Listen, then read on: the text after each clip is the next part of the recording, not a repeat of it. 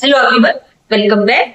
आज हम करते हैं ऑब्जेक्टिव ऑफ बिजनेस +1 कॉमर्स का business trade and commerce business study का चैप्टर हमारा चल रहा है। उसी को भी हम आज कंटिन्यू करते हैं। इसकी पहले हमने इसके introduction, history of business, business के कैरेक्टरिस्टिक्स और जो इसकी एक्टिविटीज थी, इन सभी को हमने कर लिया है। तो आप इसको प्रीवियस वीडियो में चेकआउट कीजिए। और नेक्स्ट क्वेश्चन करने वाले हैं ऑब्जेक्टिव बिजनेस। बिजनेस का क्या ऑब्जेक्टिव है, मेन उद्देश्य क्या है। हर एक बिजनेस का देखो कोई ना कोई एम होता है। हम वो ही ना हम काम कर रहे हैं, आज हम स्टडी कर रहे हैं, उसके पीछे भी हमारा एक पर्पज है, एक एम है। हर एक काम के पीछे कोई भी हम काम स्टार्ट कर रहे हैं, उसके पीछे हमारा एक ऑब्जेक्टिव रहता है, एक उद्देश्य होता है कि हमें ये अचीव करना है या हमें ये हासिल करना है। तो हमारे ऑब्जेक्टिव है बिजनेस की। तो बिजनेस कर रहे हैं ना, उसका मेन क्या उद्देश्य है, उसका क्या मेन पर्पज है। तो पहला होता है अर्निंग प्रॉफिट। देखो सबसे बड़ा रीजन है ना, यही ऑब्जेक्टिव होता है। तो देखो कोई भी काम कर रहे हैं ना, तो उससे पीछे क्या होता है, मनी अर्न, पैसा अर्न करना। तो सबसे बड़ा ऑब्जेक्टिव होता है कि हम ना प्रॉफिट को अर्न करना है। आज हम कोई भी काम स्टार्ट कर रहे हैं, चाहे वो छोटे लेवल का करेंगे या हम बड़े लेवल का कर रहे हैं, कैसा भी काम हम करने जा रहे हैं, लेकिन उसके पीछे हमारा उद्देश्य क्या होगा, हम उससे अपने प्रॉफिट को मैक्सिमाइज करें, हमारी अर्निंग्स बढ़े। क्योंकि जब हमारा प्रॉफिट मैक्सिमाइज होगा, हमारी अर्निंग्स बढ़ेगी, तभी हम आगे और मतलब बढ़ा सकते हैं, उसको और ब्रॉड लेवल तक लेके जा सकते हैं, यानी कि जो हमारा ड्रीम है उसको हम अचीव कर सकते हैं। अगर हमारा से प्रॉफिट कमाना है, नॉन ऑर्गेनाइजेशन, उसको बिजनेस करना कहते हैं। बिजनेस का लेकिन सिर्फ यही विषय पहले ही होता था। अगर सब पुराने की बात करें कि जो मेन पर्पज होता था कि जो हमने बना दिया उसको मार्केट में देना, और उसके पीछे हमारा उद्देश्य होता था पैसा कमाना, जितनी हो सके हमारा प्रॉफिट को मैक्सिमाइज करते जाना। लेकिन अभी सिर्फ प्रॉफिट अर्निंग से हम मार्केट में नहीं रह सकते, या हमारा बिजनेस है वो ग्रोथ नहीं कर सकता। इसके मतलब तभी मुझे और एक्टिविटी, मुझे और भी हमारे एम होने चाहिए, मुझे और भी पर्पज होना चाहिए, उद्देश्य होना चाहिए कि जिसको पूरा करें, ताकि हम मार्केट में और ग्रोथ करें, हमारे बिजनेस को और एक्सपेंड करें, बड़े लेवल तक लेके जाए। सबसे बड़ा हमारा क्या है, और करना, यानी जितना उससे मैक्सिमाइज करना हमारे प्रॉफिट। दूसरा आता है इनोवेशन। इनोवेशन क्या है, देखो मार्केट में हमारा मेन जो ऑब्जेक्टिव है ना, वो इसी पे आएंगे। इनोवेशन है, इनोवेशन क्या होता है, नया नया कुछ सोचना, कुछ नया चीजें लेके आना, चाहे वो किसी तरीके से। ये हम मार्केट में कुछ नया इनोवेट नहीं करेंगे, कुछ नई चीजें नहीं लेके आएंगे, तो हमारा जो प्रॉफिट है उसको स्टेबल रखना या उसको और इंक्रीज करना मुश्किल होगा। क्योंकि मार्केट में अगर नई टेक्नोलॉजी आती रहती है, हर टेक्नोलॉजी चेंज हो रही है। जिसका मैं एक एग्जाम्पल दे रही हूँ, जैसे कि सेलफोन, आज मोबाइल फोन का बहुत वो है कि हर किसी के पास चीजें मिलती है, और मार्केट के अंदर उसमें नया वर्जन, इसके नए अपडेट होते रहते हैं। तो स्टार्टिंग में नोकिया आया था, तो उन्होंने टेक्नोलॉजी को अडॉप्ट नहीं किया, यू कह लो कि नई चीज नहीं लेके आए, तो मार्केट में सर्वाइव नहीं कर पाए, मिल गई। और बाकी जितनी भी कंपनियां थी, उन्होंने नई नई टेक्नोलॉजी लेके आई, नया नया चीजें लेकर अपग्रेड करती गई, जैसे वीवो हो गया। तो ये चीजें क्या, ये और अपग्रेड करती गई, तो मार्केट में स्टिल ये बनी हुई है और मार्केट में इसकी डिमांड भी है। तो ये क्या है, नई इनोवेशन है। इसको हम रिसर्च एंड डेवलपमेंट से, या हम मार्केट की डिमांड एंड सप्लाई से देखते हैं, मार्केट में या कस्टमर का क्या टेस्ट है, उससे सभी चीजें ध्यान में रखते हुए हम नई चीजों को इनोवेट करते हैं कि जो कस्टमर है, जो लोग हमारे साथ जुड़े हुए हैं, वो और नया क्या चाहते हैं, इसके बारे में और नया क्या क्वेश्चन हो रहा है। तो वो हमारा कहना है कि जब तक हम इनोवेशन नहीं करेंगे किसी भी फॉर्म में, या तो हम सर्विसेज हैं वो और अच्छी प्रोवाइड करने लग जाए, या उसमें कुछ अपडेट हम चीजें देने लग जाए, कुछ ना कुछ अगर हम नया नहीं लेके आएंगे ना, तो हम लोग नहीं कमा पाएंगे, क्योंकि हम मार्केट में चल ही नहीं पाएंगे, डिमांड ही नहीं होगी हमारी चीजों की। तो फिर हम कैसे कर पाएंगे। तो नया नया इनोवेट करना, ये हमारे प्रॉफिट अर्निंग में एक हमारा ये भी ऑब्जेक्टिव होता है कि हम नई चीजों को, टेक्नोलॉजी को मार्केट सामने लेके आए, ताकि हमारा लोग सर्वाइव कर सके और हमारे प्रॉफिट को भी हम मैक्सिमाइज कर सकें। नेक्स्ट आता है मार्केट स्टडी। ये भी मार्केट स्टडी यानी मार्केट के अंदर बने रहना, मार्केट में अपना पांव जमा के रखना। कि आजकल क्या होता है बिजनेस के अंदर, ये बहुत जरूरी है, कंपटीशन बहुत है हर एक फील्ड में। हम किसी भी फील्ड में जाते हैं उसमें कंपटीशन बहुत होता है, कंपटीशन बहुत, हर एक चीज के हमें मिलते हैं। तो एक रीजनेबल प्राइस के ऊपर हम नई नई चीजों को इम्प्लीमेंट करते रहे, और कंपटीटर को है उसको ध्यान में रख के हम डिसीजन ले कि नया कंपटीटर क्या करने वाला है, उसी के हिसाब से हम अपडेट रहें, उन चीजों को हमारे सामने फॉलो करते हैं, या हम ये कोशिश करें कि सामने वाला कोई नई चीज लेके आए, इससे पहले उस चीज को मार्केट में हम रिप्रेजेंट कर दें, हम कर दें। ठीक है, तो उनके साथ क्या होगा, मार्केट बने रही स्टार्टिंग में लेके आते हैं, उसकी एक अलग अपनी इमेज बनानी, इमेज को भी बिल्ड करना हमारा एक दृश्य होता है। प्रॉफिट हम इमेज को करेंगे तो प्रॉफिट कर पाएंगे। तो मार्केट में स्ट्रेंथ करते रहना, यानी मार्केट में अपने आप को बैठा के रखना या अपने आप को जमा के रखना भी बहुत मुश्किल काम होता है। तो इसके ऊपर थोड़ा ध्यान रखते हैं। हमारा ये भी उद्देश्य होता है कि हम हमारा मार्केट के अंदर जो दबदबा है, मार्केट के अंदर है, उसको बढ़ना चाहिए, कम नहीं होना चाहिए। कहने का मतलब जो हमारी ब्रांड की इमेज है ना, वो बढ़नी चाहिए, लोग हमारे ब्रांड को भी जाने, हमारे प्रोडक्ट के साथ साथ उससे उन चीजों को लेके आए, तो ये भी जरूरी है। हम उसके साथ साथ भी बहुत करते हैं, ये भी हमारा एक विषय होता है। नेक्स्ट आता है प्रोडक्टिविटी।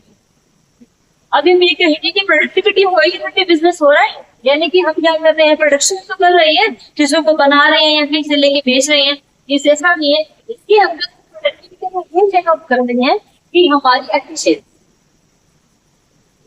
इस काम को हम कैसे कर रहे हैं, कितने अच्छे से कर रहे हैं, क्योंकि हमारा जो भी इनपुट और आउटपुट होता है, इनपुट क्या होता है कि इससे तो ये हमारा मिनिमाइज हो सके, इतना उससे भी हम इसको क्या करें, और आउटपुट से करता है वो हमारा मैक्सिमम, यानी कि कम खर्चे में ज्यादा प्रोडक्टिविटी लेके आना। खर्चा हमारा जितना हो सके हम कोशिश करते हैं कि हमारे टाइम हम कॉस्ट को रिड्यूस करें, और उससे प्रोडक्शन हमारा हायर लेके आए, आउटपुट से ज्यादा आए। तो उससे क्या होगा, कस्टमर है ना, उनको भी लो कॉस्ट पे चीजें मिलेंगी और अच्छी मिलेंगी, तो वो ज्यादा इसकी डिमांड करेंगे और हमारे साथ जुड़े रहेंगे। तो प्रोडक्टिविटी का मतलब यहाँ भी ये होता है कि हमारी एफिशिएंसी को इम्प्रूव करना, हमारे कार्य कुशलता, हमारे काम करने के तरीके को भी इनहांस करके लेके जाना, ताकि हम मिनिमम इनपुट से मैक्सिमम आउटपुट ले सकें, यानी कि रिजल्ट हम ज्यादा ले सकें, ताकि कॉस्ट कम हो। कॉस्ट कम हो तो हम मार्केट में थोड़े लो प्राइस पे बेच सकते हैं, और उससे हम प्रॉफिट है तो ज्यादा कर सकते हैं, क्योंकि डिमांड है वो ज्यादा। नेक्स्ट आता है फाइनेंशियल रिसोर्सेज। तो मिक्सिंग फाइनेंशियल रिसोर्सेज कहते हैं, तो मिक्सिंग क्या होते हैं कि हमारे पास ना इन चीजों को भी मेंटेन रखना हमारा उद्देश्य होता है। इससे क्या होगा, प्लांट और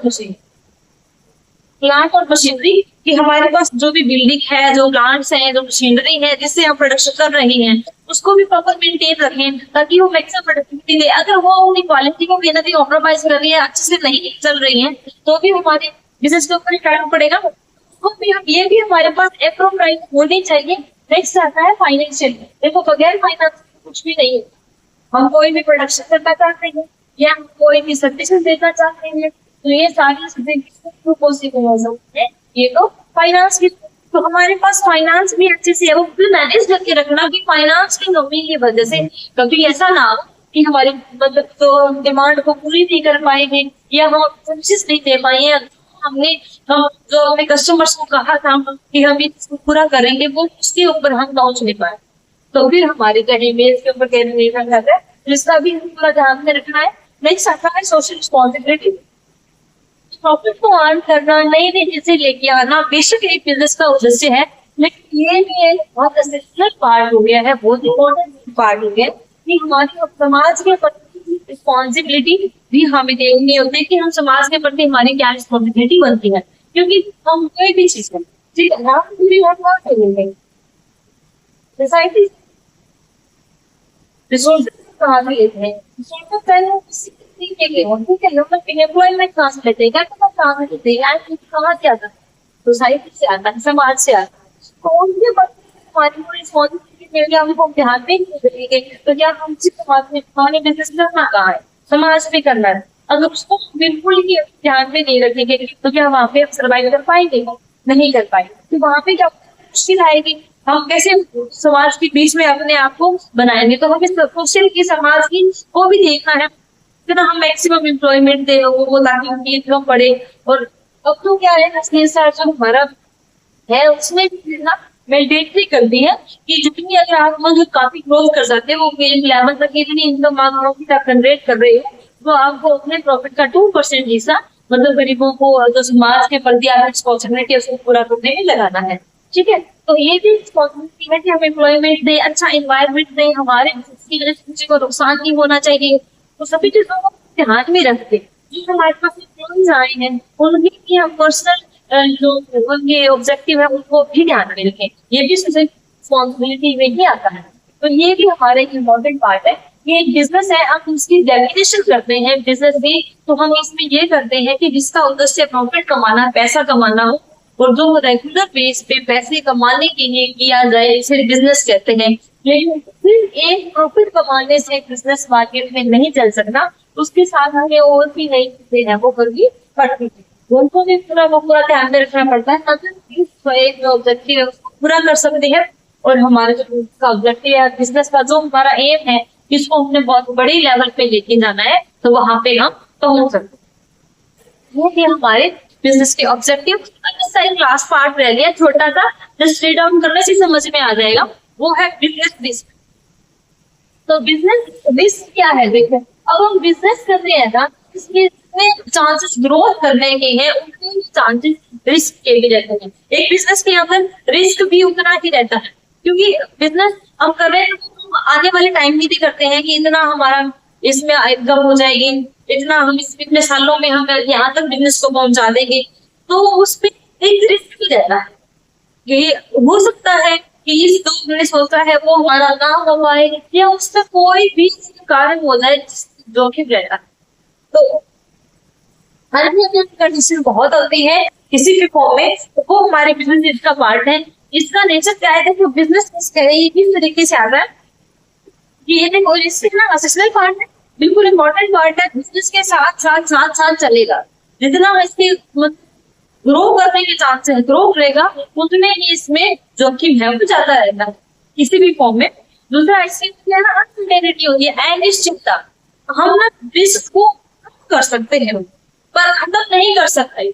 हमारे नॉलेज के बेस पे, हमारे मतलब अलर्टनेस के बेस पे कि हम पूरे अवेयर हैं, हर चीज को हम भाप के रखते हैं, स्टडी करके रखते हैं, तो इसको रिड्यूस कर सकते हैं। लेकिन इसको 100% खत्म कर दें ये पॉसिबल नहीं है, क्योंकि अनिश्चितता बनी रहती है। कोई भी नेचुरल टाइम की हो जाए, कुछ भी हो जाए, आग लग जाए, चोरी हो जाए, ये जिंदगी तो हो सकती है। तो ये हमारे साथ साथ रहता है, क्योंकि रिस्क तो रहेगा, क्योंकि अनिश्चितता है। हम आने वाले टाइम की भी प्लानिंग करते हैं, हम आज कोई भी काम शुरू कर रहे हैं, हमारा रिस्क होता है हम आने वाले 2 साल में वहां तक पहुंचा देंगे, तो उसके बीच में और क्या नई चीज आ जाए, कई क्या नई मुश्किल आ जाए, तो उसको हमें नहीं पता होता। इसलिए रिस्क है वो बराबर रहता है।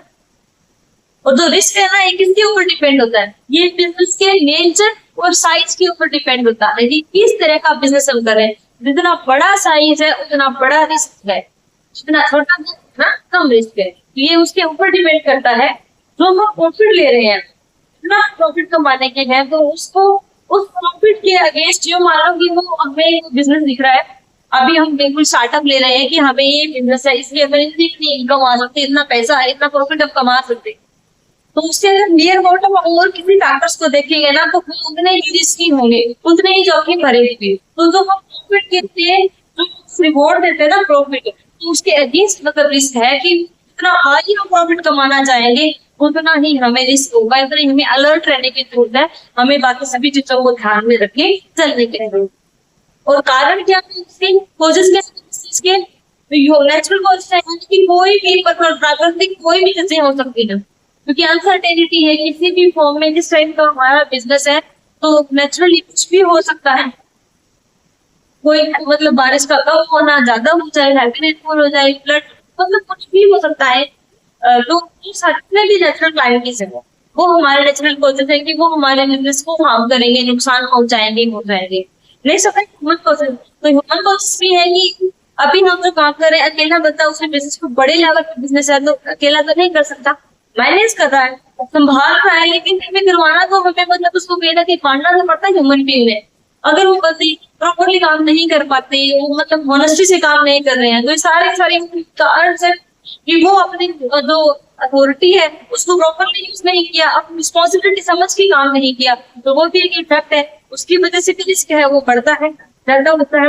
इकोनॉमिक भी इसमें क्या है कि जो अनसर्टेनिटी के ऊपर डिपेंड है, तो किसी भी कारण से कि हमने जो रिसर्च किया था वो हमारा थोड़ी सी भी चूक हो जाए, या हम प्रॉपरली कर नहीं पाए थे किसी भी मतलब फाइनेंस के रीजन की वजह से, तो वो अगर थोड़ी सी भी अलग गलत भी मान लो डिसीजन ले लिया, तो वो हमारा चीज है वो उसमें प्रॉपर्टी इसमें ज्यादा बढ़ जाएगा कि वो क्योंकि अगर टेस्ट है वो चेंज हो जाएगा कस्टमर्स का, और हमें कोई उसमें नया अपडेट लाना पड़े जिसके लिए हमें फाइनेंस की ज्यादा रिक्वायरमेंट है या उस टाइम हमारे नहीं कर पाते, तो भी उसमें वो रिस्क ज्यादा बढ़ जाता है। और अदर भी बहुत सारे इसके अंदर रीजन होते हैं, किसी भी कारण से हो सकता है।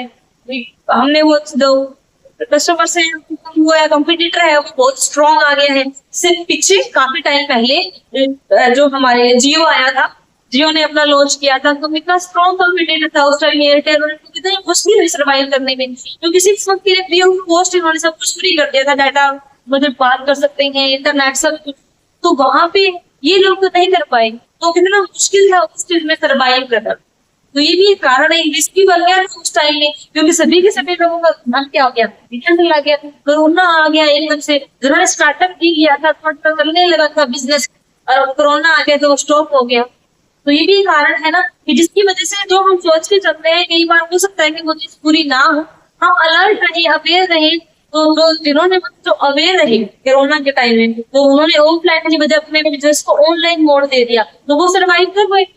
तो ये चीजें होती है कि आप रिड्यूस कर सकते हैं, लेकिन खत्म नहीं, एकदम कुछ भी अनसर्टेनिटी है वो हो सकती है। तो ये हमारा बिजनेस रिस्क है। इसी के साथ ही आपका चैप्टर जो बिजनेस ट्रेड एंड कॉमर्स है वो समाप्त होता है, खत्म हो रहा है।